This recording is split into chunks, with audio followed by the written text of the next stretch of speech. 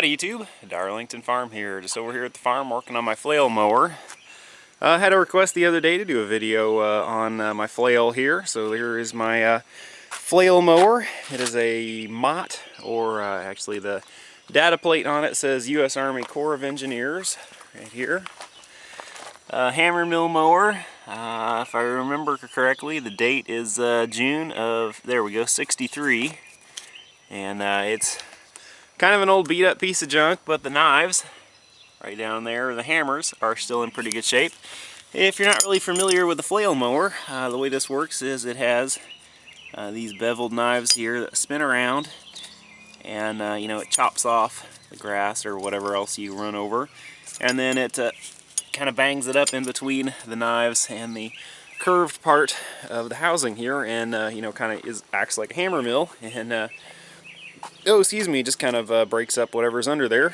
This is actually not in too bad a shape considering its age, but I just was out here this morning greasing it up, and I had to replace the belt on it. Actually, my other belt just kind of shredded when I was out mowing the other day. So if you're looking for a belt for an older Mott like this, or if you have an Army Corps of Engineers one, it is a C51. I was able to actually find one locally. The belts from Mott, I think, are like 50 or 60 bucks. I got that one for, I think it was 30, and so far I've got about an hour on it, and it has held up okay. But I was just out greasing it up this morning. You've got some zerks here on the main shaft down there, and then the gearbox on it leaks like a sieve, and I really need to just go ahead and get a new seal for it. The seal right here is just leaking, and I'm kind of getting tired of having a big oil thing down here underneath it. So I just decided this morning I was going to fill it up with corn header grease. That's kind of a nice, a trick there. If you have a gearbox like that that's leaking, you can just take and pack it full of corn header grease, because it's really thick and sticky. And I figure if I get a chance to this winter, I'll try and fix that, but I just don't really have time to tear that apart and get the parts and everything, and didn't get a chance to do it over the winter. But and also I only have 200 bucks in this flail mower, so I kind of hate to put a whole lot into it. I'd like to get a new one that mounts on the front of my tractor. Since this has that front mount PTO, I think that'd be a really slick mower there, getting a 6-foot 6-footer, or maybe a 72-inch, yeah, just being able to run it on the front there, that'd be a lot faster than on the back here. But anyway, yeah, I thought I would take some video of this. There it is. And after I get going here, I'll try and get some video of actually using it.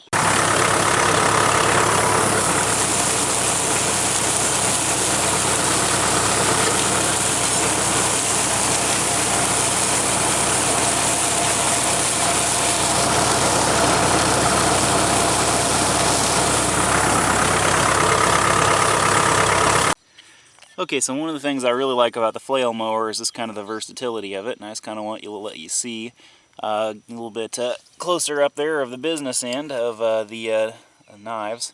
Now these are kind of the lightweight knives. These are more of a grooming mower type setup, although they do pretty well for just about everything I've tried it. It's really good for mulching stuff, mulching corn stalks in the garden, and shredding potato vines and things like that. And it also works pretty well for mowing down CRP. It's not as fast as a rotary cutter, but it will work for both, which is kind of nice.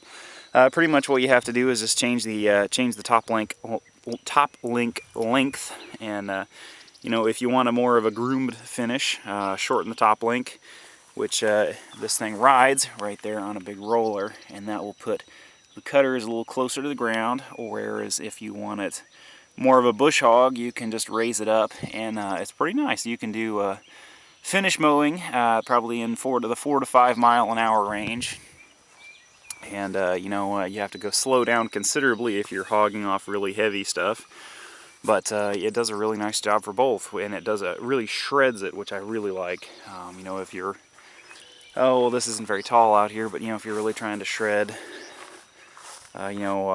alfalfa or something like that, or if you're trying to shred you know, greens or, you know, like vetch or something like that, like we did last year. It really does a nice job for that if you're, you know, trying to turn under green mulch. So anyway, yeah, I just thought I would kind of mention that here. And yeah, really love this thing. You can kind of pick them up relatively cheap. I don't know why they're not more popular than they are. They're really nice and versatile. But anyway, yeah, thanks for watching. Click, comment, subscribe, and anything else you want to see on the farm, I'm happy to put it up.